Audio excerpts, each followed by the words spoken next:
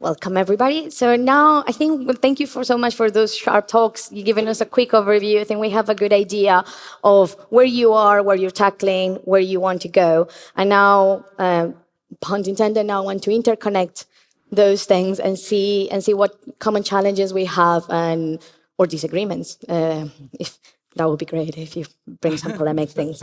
But first, I'm going to start just zooming out a little bit to give us a big picture perspective. And I want to maybe do it first with you, Claire.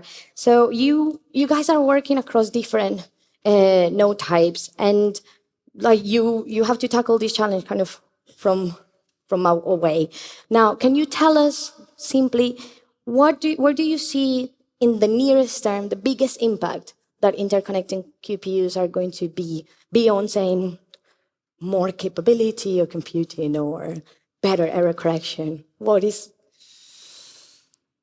I mean, I think the power and the need for interconnects arises when you want to scale your system. So the big impact result for us at New Quantum will be to show that it can be done. That's our near-term proof of concept results. But the real power of the interconnects come when you're thinking about big systems. And I just want to highlight as well, you said we were allowed to disagree. It's not just a disagreement, it's actually very good news for my neighbor here. I don't think you need to error correct your network links. And you don't need to distill them, and you can operate with percent level fidelity. That's also some insight that we have from work on quantum error correction. So, yeah. Great. Like that gives a start. And now, you've seen both. You come from an IT background, right? You've seen both classical and quantum evolutions. IBM, you just show us this gigantic basketball course of what you've been seeing. Can you elaborate a bit more on what then you expecting from this modular quantum system to be? We have a bit of the scale, but then about orchestration and maybe interoperability between the quantum, the classical layer, and then the abstract layer. Mm-hmm. Yes, great question. I think there will always be orchestration on top. And starting at the top, problems are actually workflows, and workflows need to be managed end to end. And so this is where it starts. We are working today with the HPC community. We have built a Slurm plug-in into the Slurm scheduler, which is very common in the HPC space.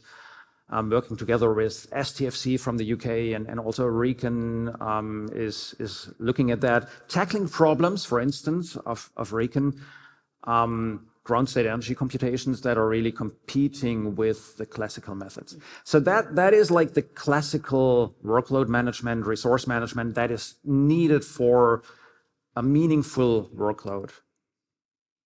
The systems we've just seen, I think, are building blocks. So the Slurm will not just jump into like these 12 qubit modules and try to manage that, but will sit on top of that.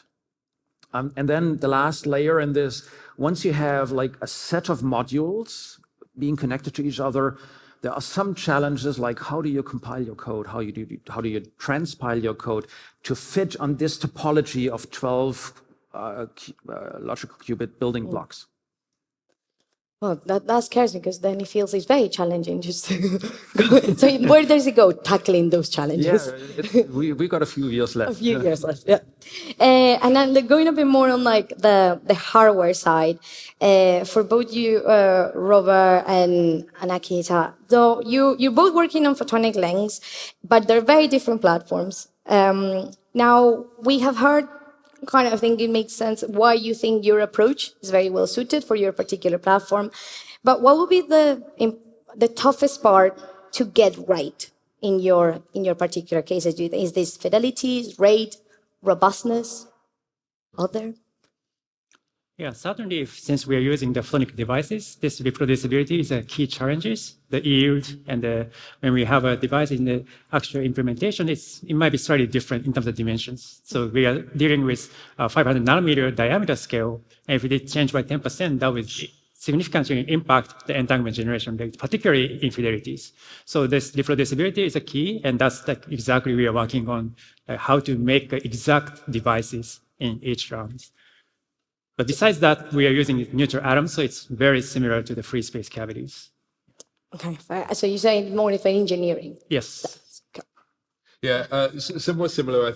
I think for us, as soon as you're doing device physics, reproducibility is key. I think we start by sort of saying, how do we make it so the device is, to begin with, more tolerant to reproducibility, because, you know, if you're relying on really very narrow resonances or something, then this is going to make it a lot harder to match together. But I think beyond that, when you're fabricating the devices, A, how much can you control the fabrication, but B, how can you make then the device operation more resilient to fabrication imperfections? You really have to trace all of that. I think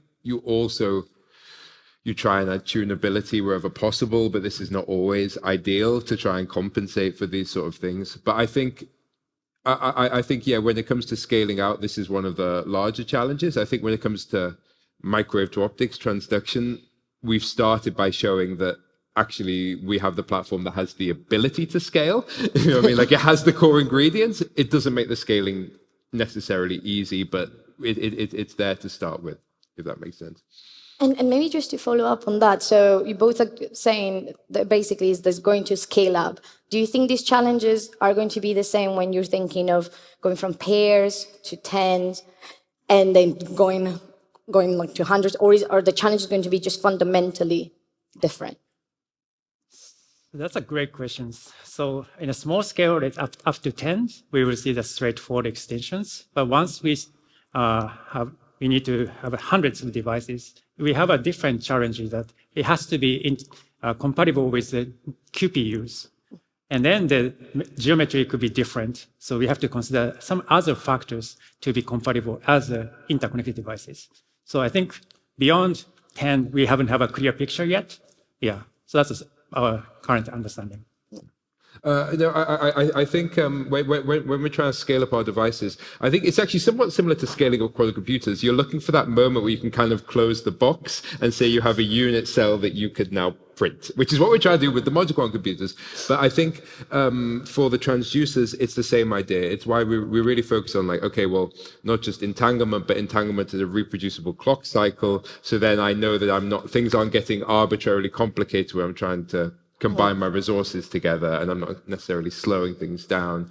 So I think once you cross that threshold where you have this unit that works collectively fast enough, then apart from obviously always challenges with reproducibility and scaling devices, you have something which you can then kind of grow. Do you think that then the building redundancies in this case or scaling up is going to be crucial? Or are you starting already with this? Or like when you scale up in propagation of errors, are you thinking of how you're going to be approaching this? Yes, definitely. I mean, we luckily thank the transduction we work on. Luckily, the devices are very small, and we can make lots of them, and we can combine them all onto a single fiber. So there's plenty of room for redundancy. So that option, thanks to electron beam lithography, that option is quite open to us. Yeah. Now, Claire, you've been dealing now with different platforms, interfacing them.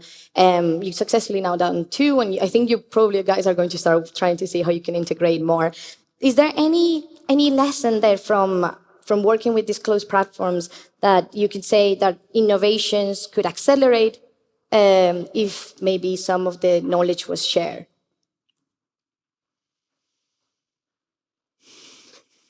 How to answer this? The first thing I wanted to say when you said you've successfully done it with 2 is I want to say, hold on, we haven't put the atom, put the ion in there, which is...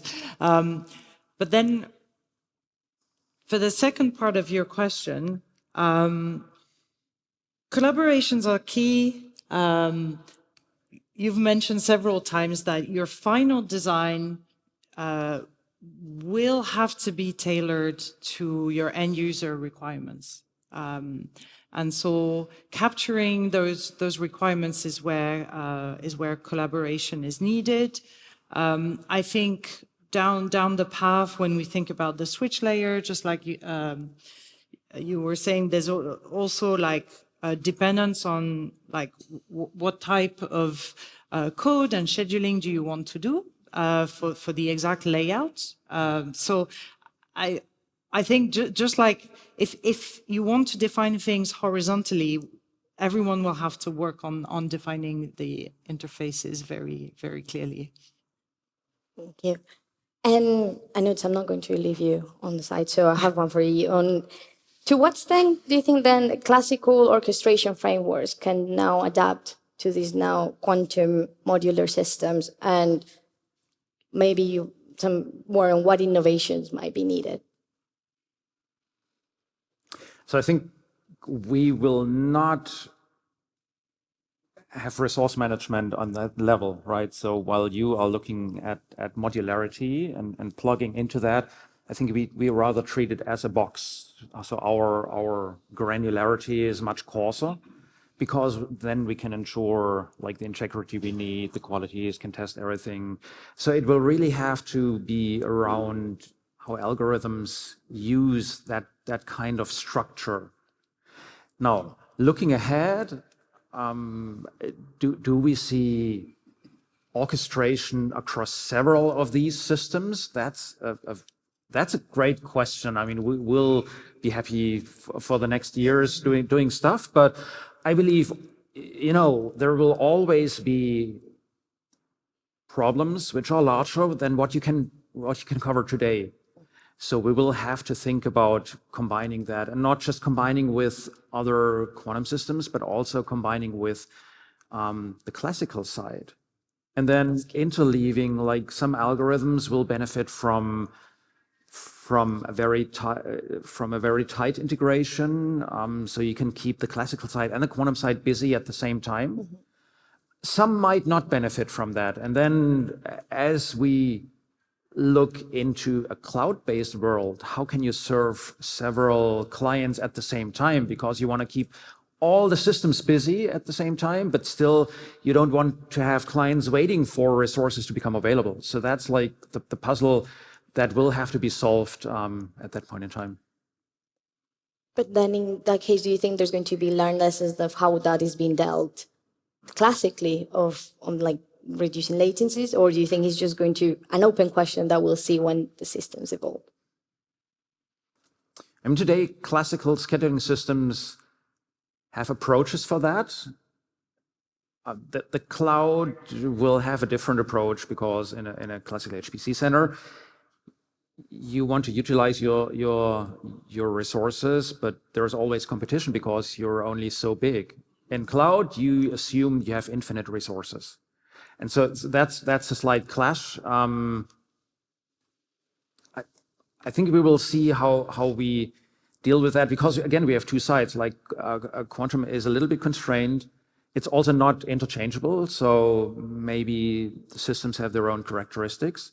That will disappear a little bit when we have fault tolerance, but still, as of today, each system is like a pet. Each system is slightly different, and so you can't just swap them out. And so it will be a combination, and I think some development is needed to really optimize for that. I like that you say when we have fault tolerance. It's good that it's not an if question anymore. And before, I want to open space for the floor, but maybe just a final comment on this bit of the tech for all. Do you think might be any advantage of trying to do some hybrid approaches, maybe between platforms or combining strengths for tackling either scaling or in modularity or networking? You're all kind of. I'm happy to say a couple of things. I think it was rightly said this morning that that's a challenging problem. Yeah. I think it's important to say, do we have the technology to make that possible to begin with? And I think that's a really important thing. We should make sure we have the tools that actually enable us to do this interconnection. I think from this, you can think about kind of hybrid platforms from, say, I've got a superconducting qubit over here and I've got an ion over here, and the complicated link in managing them. But I think once you have an atom that's communicating, or a superconducting qubit that's communicating efficiently with photonics, that's already a really interesting hybrid platform. And I think, not just say sticking the light into a beam splitter and detecting, but maybe doing interesting routing, doing maybe some processing with the optical light. You're already buying that advantage without necessarily getting that advantage, without necessarily dealing with that whole bridge between systems. So I think, yes, for sure. And I think once you're rerouting light, I feel like you've already kind of gained that hybrid advantage. I love that because I come from more the side of networking, but like for comms. So I'm like when you say just when you route light, then things become easy and they're important.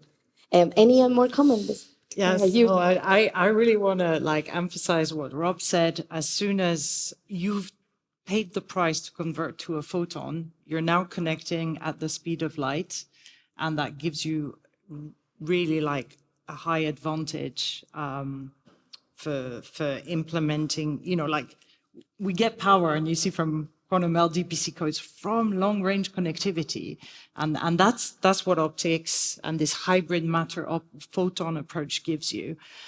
Bringing hybrid matter qubits together will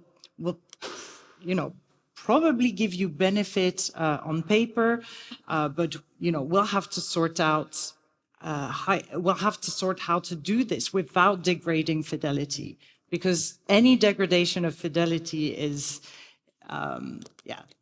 you pay the price for it. So before people get too overwhelmed with all the content we cover, is there any pressing questions you guys want to do before we move on to a bit more of a scaling and orchestration? Yes, please. Here. Hi. Hello.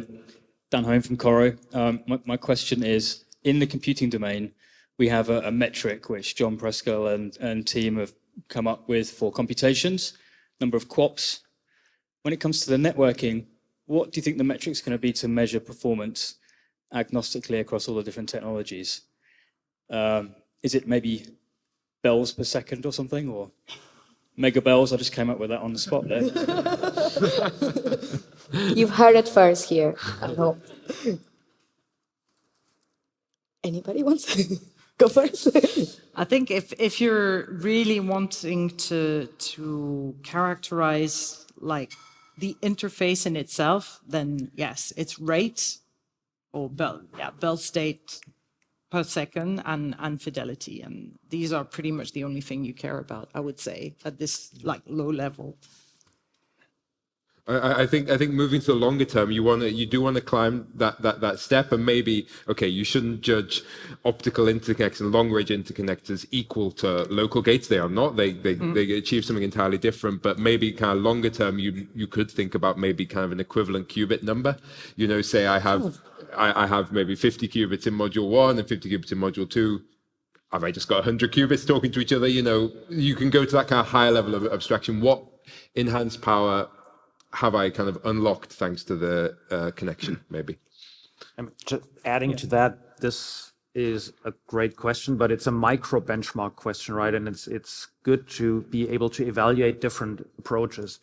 For users, they might be interested in benchmarks more at the application level, like how many operations per second can I run on this whole thing? What is my actual throughput? What is my performance? What is my fidelity? Not to discard the need for micro benchmarks, we have them too. And that will depend hugely on how you use the entanglement links. Can you elaborate more?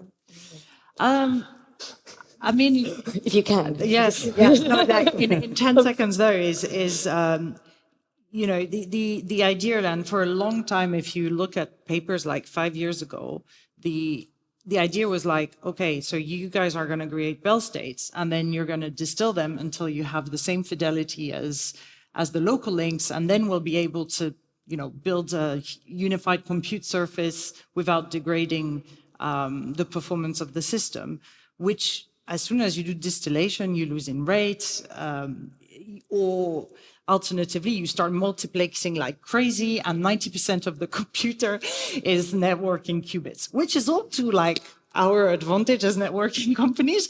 But actually, there's clever way of doing this. And one big thing that is that we're looking at New Quantum is putting the error correction above the network, such that the error correction actually just tolerates these noisy links, and you can still achieve, reasonable logic to physical qubit ratios with, good error rates, 8 times worse than quantum LDPC, but still, much better than the surface codes. So they all perhaps, but I think these are just like nascent ideas, very new codes. So we need to keep thinking about not just, yes, these micro metrics and micro benchmarks, but also how do we use the bell pairs in the best way possible. Thank you. That's very insightful. Oh, yes, please. I have a question that kind of piggybacks on that. I mean, it sounds like we spent a lot of time thinking about what the qubit photon interface would look like, how the coincidence counts would be generated, all of these things that I think are strictly necessary. They're hard problems. I'm really glad that we're working on this. But how do you think about when you go one level above that and you start thinking about the data center as a real kind of cluster of connected QPUs? I think that there's other questions that we need to answer by the time we get there about, for example, network topology. How do you think about the network topology, both between QPUs, but also integrated into the classical infrastructure? No one in particular, just the panel in general. That's a bigger question than me. I'll just say that as soon as you go optical, you've got some advantage in arranging the topology as you want it. There is some flexibility, and this is where I was saying that there's got to be that dialogue, between like full stack companies and full stack architectures like the one you were talking about, Utz, and what we have in mind, and we really need to have these brainstorming about the best way of building a useful machine, really. I think everyone's got lots of ideas. And I hope this will be informed by 2 things. One is what our application needs, because that might be different, and it might even be different at the same, different applications require different topologies. And the second, at a data center level, is maybe commercial needs at some point in time, hopefully. Because SLAs and reliability guarantees might have impact on that as well. Or how much are you willing to invest into preparing things rather than running things? What are your needs, and how fast do you need a result? Maybe you spend more on optimizing things if you can wait, on if you're in the queue anyway, versus I need a result in 5 minutes. And so I don't want to optimize my problem anymore, but I want a result that is still better than classical, hopefully. So there might be commercial and business needs as well, informing what that needs to be. Actually, yeah, that's actually a great question. That, for example, if we look at the shows factoring code, it's actually quite sparse. So we actually don't need that much like a remote entanglement. So it's quite depends on what algorithm we use. And so for most of the applications, we don't really need the all-to-all connectivities. So we can actually take advantage of those sparse entanglement requirements to optimize our topologies. Yeah.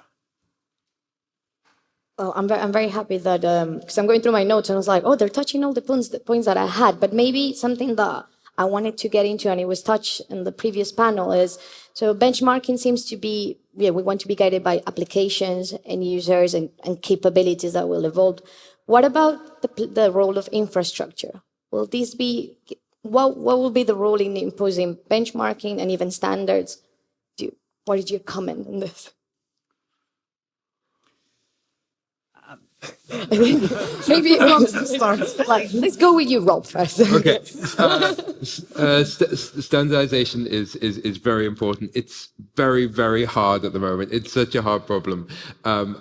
I think the biggest risk that we face as a field right now is that commercialization restricts options without introducing rigorous standardization at the same time, because you know, if you're building a network and you're generating bell pairs, your standardization needs to be on the level of indistinguishability. You know what I mean? It's not just defining a bit. They have to be completely indistinguishable. So it's a really challenging task. I know that's kind of an unanswer, but I think it's important. But we've got a long road, I think, to really fully define it. And I think, but just to kind of build on that, one of the advantages of networking is that we can bring in a lot of what people are, say, doing with QKD and other technologies there. But there they might be operating, it looks good. Okay, they're using, you know, maybe using telecom wavelength light, and it's all kind of matching, but the standards might just be, or the operating frequencies might just be completely different. So we're in the kind of the foothills, really, or the Wild West around the foothills for standardization, I think. It's not an operational cost, it's not an operational cost thing. So the value will be big enough to entertain some special things. And it's not a 19-inch rack you put on a raised floor, because that, at least for our technology, won't work. Ceiling height is a thing. But you're willing to give in to that because the value you get is big enough. I mean, if we fast forward like 20 years, if we can imagine that, probably no one can, but maybe there will be standardized and a race to the bottom, and how can we optimize operations, because that's a driving cost factor. And the last question for the audience before we're going to wrap up with final comments, I'll give you a heads up to think what you're going to be saying. I was going to build on Alex's question, but perhaps getting your opinion on whether it is a important figure of merit to factor in, which is when either the QPUs individually get bigger or the number of QPUs we're aggregating grows, are the coupling approaches, we have 3 different coupling approaches, transduction, et cetera, and fiber, is that going to determine how meshed the spaghetti needs to be in terms of, you know, is it n squared, any to any, in order to get what I want, versus how sparse can you get away with it being physically? The graph can be very sparse, and yet the computational model is as flexible as the application wants. I think I heard you say a handful of QPIs maximum per QPU will do it. And is that determined by the error correction code, or is that determined by the coupling method? Like, because that's one thing which will result in cost, complexity. I mean, for the programmer, you want ultimate flexibility. You want to shield them from how the actual physical graph is topologically built. The graph I meant of fibers or of whatever the splicing methodology is. What determines that? I believe the architecture will be fairly independent, like of the exact interconnect. The interconnect is at the bottom, you know, serving the purpose of creating bell pairs. Certain interconnects will be better tailored for certain types of qubits. And ultimately, what the architecture will require is a certain sparse connectivity, and how sparse it can be will depend on how clever you are about the architecture. But already it looks really good, like we can do a lot with sparse connectivity and a certain rate. But even the rate is flexible because anyone can multiplex and put more communication qubits, just like that's a learning as well from QKD, like entanglement networks. Like these guys have shown a lot of things around distributing timing, and also, you know, if you have a certain target rate, multiplex. Just I'd add another response to that really interesting question. I think, you know, as network hardware gets more focus and develops and grows, just in the way that the qubit hardware is doing. It's another completely very important development task. I suppose in the earlier days when you could maybe support fewer links, there are still really interesting applications you could achieve. I think even before you think about distributed computation, there's earlier applications in maybe just data transfer from one QPU to another, where maybe you aren't kind of constantly doing it, but more every so often you maybe want to change resource from one cryostat to another because you maybe consumed some resource in your first system. So I think, there's lots of opportunity to start having an impact in the earlier stage before you're really stitching everything together, I think. I think that's a great comment to kind of wrap up the answers. And now we have 4 minutes left. And taking into account the big range of stakeholders here, do you have a message you want to come across to say maybe where there's gaps in collaborations, where you want to see the sector going, or what you want, the message that you want to say, this is what we're going to do and this is the vision we want to share with you? Please. The message would be, we have a roadmap, a credible roadmap that we believe in, that we have demonstrated the building blocks of.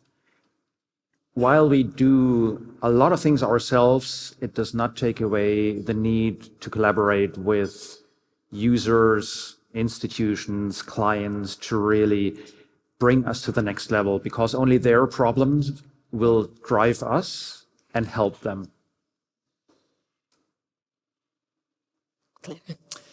So, unlike IBM, we're not full stack. So I'll say for us, we really want to, collaborate with sort of the qubits below the network layer. We're entirely focused on developing an efficient network layer, and we really need to start fleshing out hardware integration, and then at a higher level, also interfacing with, control, HPC,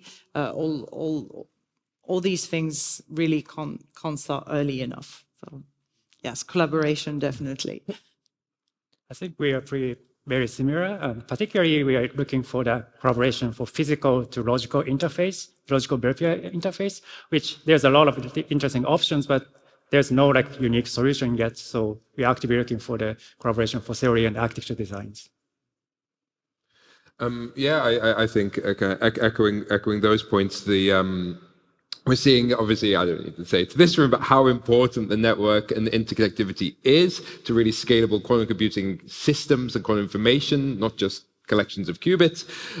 I think now the important thing is, especially with this, the collaborative thoughts, we need to bring this thing kind of into land. We don't need to, we don't just suddenly launch a fully interconnected networked computer at scale. We kind of need to work on these, kind of how we execute these roadmaps collaboratively to bring in kind of small numbers of connected qubits and grow the system together. I think that's the real, that's what's happening now. We have the tools, but now it's about kind of combining it.